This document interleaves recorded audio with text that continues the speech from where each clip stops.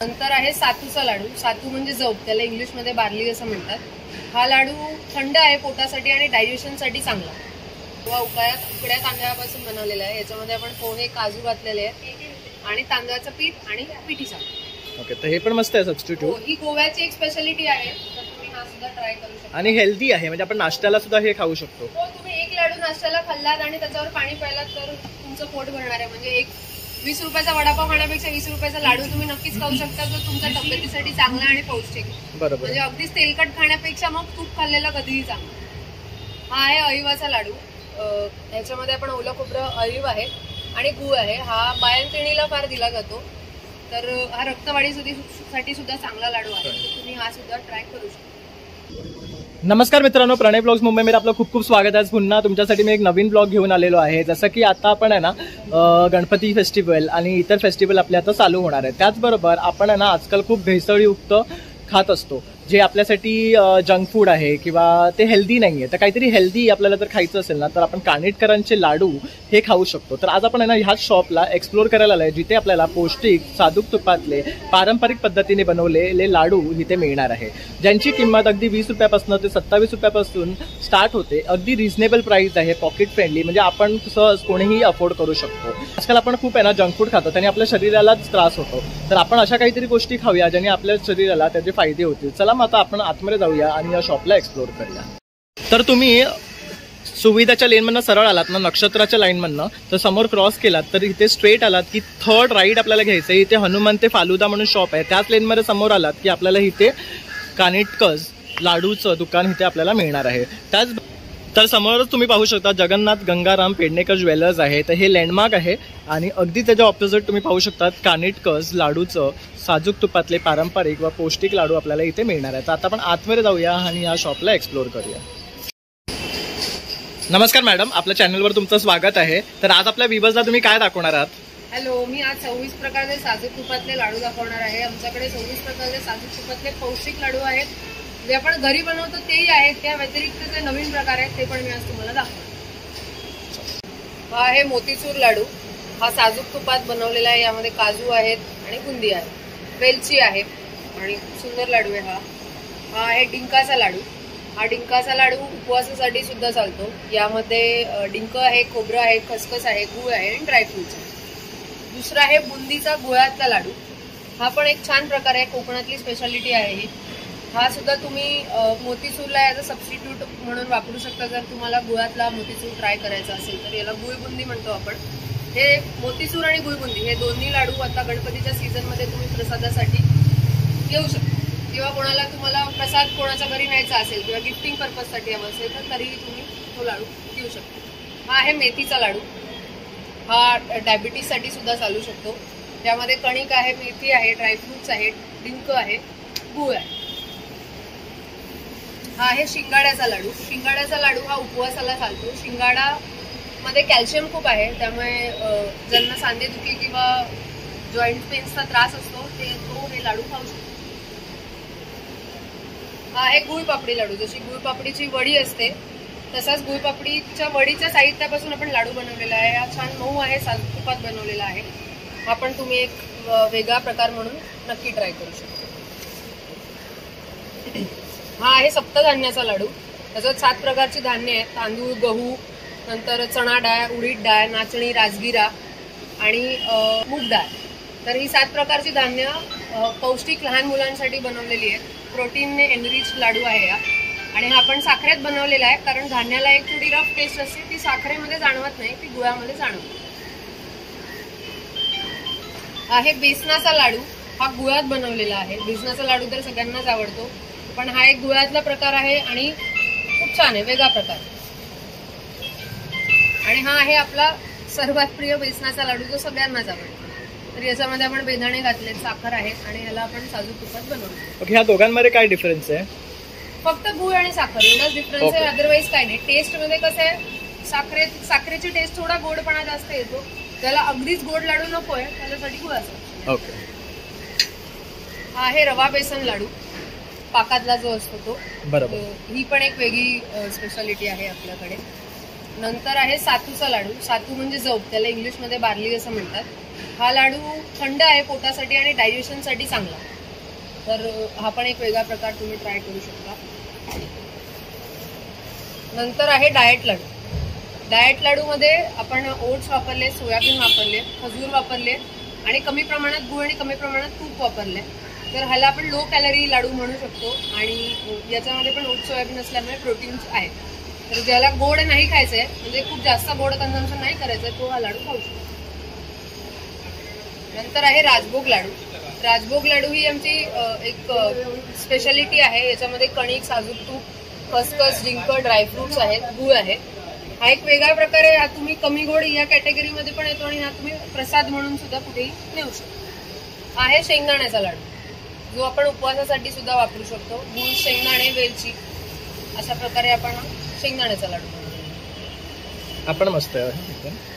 हा आहे रवा नारळ लाडू. याला राघवदास सुद्धा म्हणतात. तर हा साखरेच्या पाकात बनवलेला आहे. रवा भाजून आपण याच्यामध्ये ओलं खोबरं वापरतो आणि साखरेच्या पाकात आपण याला बोलतो. हा आहे मुगाचा लाडू. पिवळ्या डाळीपासून बनवलेला आहे. हा लाडू फार पौष्टिक आहे. हा सुद्धा उपवासासाठी चालतो. मुगाच्या लाडूचं अजून एक मुगाच्या लाडूमध्ये आपल्याकडे वेगळा प्रकार आहे, तो म्हणजे हिरव्या सालीचा मुगाचा लाडू.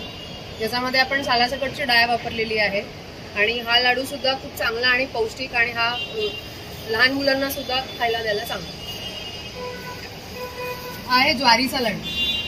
आपण याला ग्लुटन फ्री पण म्हणू शकतो, म्हणजे मिलेट्स. हे वर्ष आपण मिलेट्सचं म्हणतोय, तर त्यासाठी आपल्याकडे 2 लाडू आहेत, ज्वारी आणि बाजरी. तर याच्यामध्ये सुद्धा गूळ आहे, ज्वारी आहे आणि शेंगदाणे. हा आहे बाजरीचा लाडू. याच्यामध्ये तीळ आहेत, बडीशेप आहे आणि बाजरीच्या पिठासोबत गुळाला आपण मिक्स केलेला आहे. तर हा सुद्धा गुळात बनवलेला आहे आणि कमी गोड लाडू. हा आहे ड्रायफ्रूट लाडू. याच्यामध्ये गूळ साखर काहीच नाहीये. याला आपण शुगर फ्री म्हणू शकतो. तर याच्यामध्ये आपण ड्रायफ्रुट्स क्रश करून टाकलेत आणि खजुराचा बेस. हा आहे नाचणीचा लाडू. नाचणीच्या लाडवामध्ये आपण साखरेला ब्लेंडिंग केलेलं आहे बेसिकली, कारण नाचणी लहान मुलांसाठी चांगला.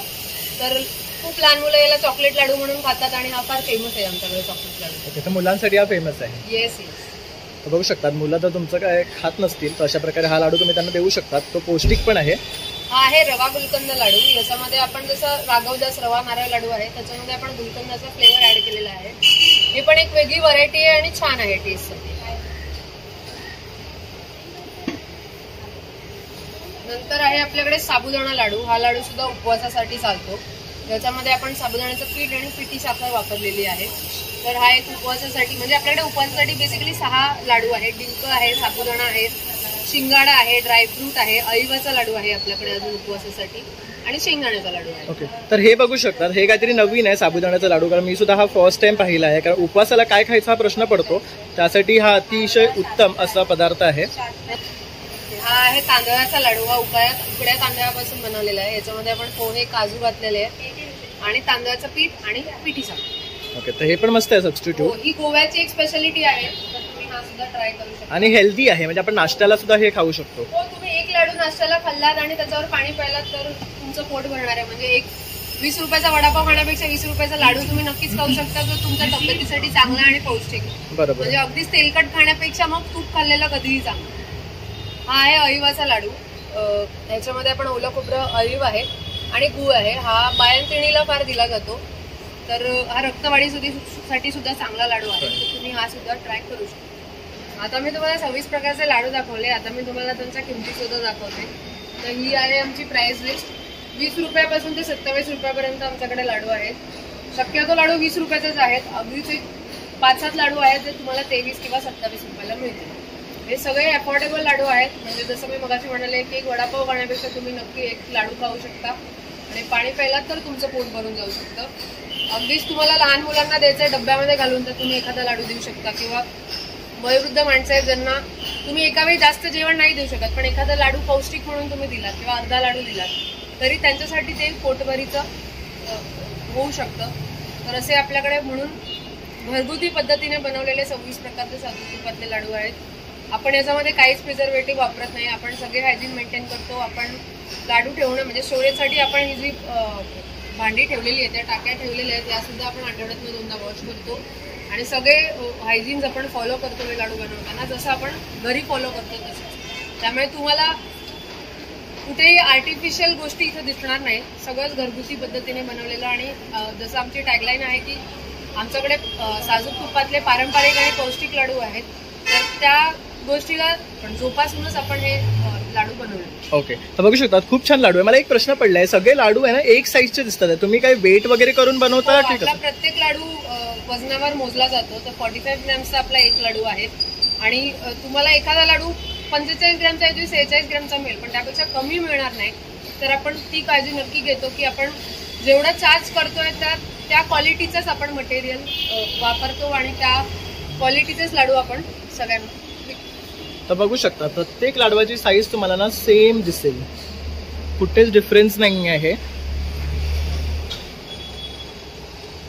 म्हणजे आपण जी किंमत मोजतोय त्याचा प्रॉपर असा आपल्याला एक लाडू भेटतो आहे, तेवढ्याच व्हॅल्यूचा. तर अतिशय सुंदर असा हा कॉन्सेप्ट आहे, बघू शकतात. आणि अगदी 20 रुपयापासून ते 27 रुपयापर्यंतच किमतीचे हे लाडू आहेत. तर आपण बाहेर वडापाव खातो, समोसा खातो, त्याच्यापेक्षा हे जर आपण खाल्ले तर ह्याच्यासाठी आपल्या हेल्थला खूप सारे बेनिफिट्स पण आहेत आणि हेल्दी असल्यामुळे हे पचायला सुद्धा बेस्ट आहेत. त्यामुळे आपल्याला कुठलाही त्रास होत नाही, कारण ह्याच्यामध्ये काही प्रिझर्वेटिव्ह ऍडेड नाही आहे. गाईचं साजूक तूप वापरलेलं आहे, आपण डालडा किंवा लो क्वालिटी मटेरियल आपण काहीच वापरलं नाहीये. सगळं चांगलं क्वालिटी मटेरियलच आपण या लाडूंमध्ये वापरलंय आणि हे होममेड आहे. येस, तुम्ही त्यामुळे निश्चिंत राहू शकता की तुम्हाला ज्या किमतीला तुम्ही लाडू घेताय त्या तो वर्थिट असणार आहे तुम्हाला त्या किमतीसाठी. थँक्यू मॅम, तुम्ही तुमचा टाइम काढून आम्हाला प्रत्येक गोष्टीची डिटेलमध्ये इन्फॉर्मेशन दिल्याबद्दल. आणि अशी आशा आहे की हा व्हिडिओ जास्तीत जास्त लोकांपर्यंत पोहोचतील आणि इथे येऊन कानेटकरांना भेट देतील. थँक्यू. तुमचं पण धन्यवाद. तर मित्रांनो, अशा प्रकारे आपण कानेटकर लाडू यांचं हे शॉप एक्सप्लोर केलेलं आहे. खूप सुंदर पारंपरिक पद्धतीने बनवले देसी घी मधले लाडू आता आपण पाहिले आहे. यात पण तुम्हाला 26 प्रकारचे लाडू पाहायला मिळालेले आहे, ते सुद्धा एकदम रिझनेबल कॉस्टमध्ये, जे की 20 रुपयापासून ते 27 रुपयापर्यंत तशी यांची किंमत आहे. तर तुम्ही सुद्धा लवकरात लवकर इथे या आणि व्हिजिट करा आणि ह्या लाडूंचा आस्वाद घ्या. कारण आता आपलं गणेश चतुर्थी तसं इतर फेस्टिवल चालू होणार आहे, तसं आपण कोणाच्या घरी जातो तर काहीतरी खाद्यपदार्थ असं घेऊन जातो खाऊ म्हणून. तर त्या टायमाला सुद्धा आपण अशा प्रकारचे हे लाडू घेऊन जाऊ शकतो. जसं की आता आपण ना भरपूर गोष्टी हे भेसळ युक्त खातो, तर त्यामुळे आपण ते टाळून काहीतरी असं पौष्टिक खाल्लं ना तर आपल्या शरीरासाठी सुद्धा बेस्ट आणि त्याने आपल्याला आजारपणही येत नाही किंवा त्याचे खूप सारे जे बेनिफिट्स आहेत ते आपल्याला मिळतात. त्यामुळे हा व्हिडिओ माझा आवडला असेल तर नक्की एक लाईक, शेअर आणि सबस्क्राईब करायला विसरू नका. तसं नवीन व्हिडिओ पाहण्यासाठी बेल आयकॉनवर क्लिक करा. Thank you for watching.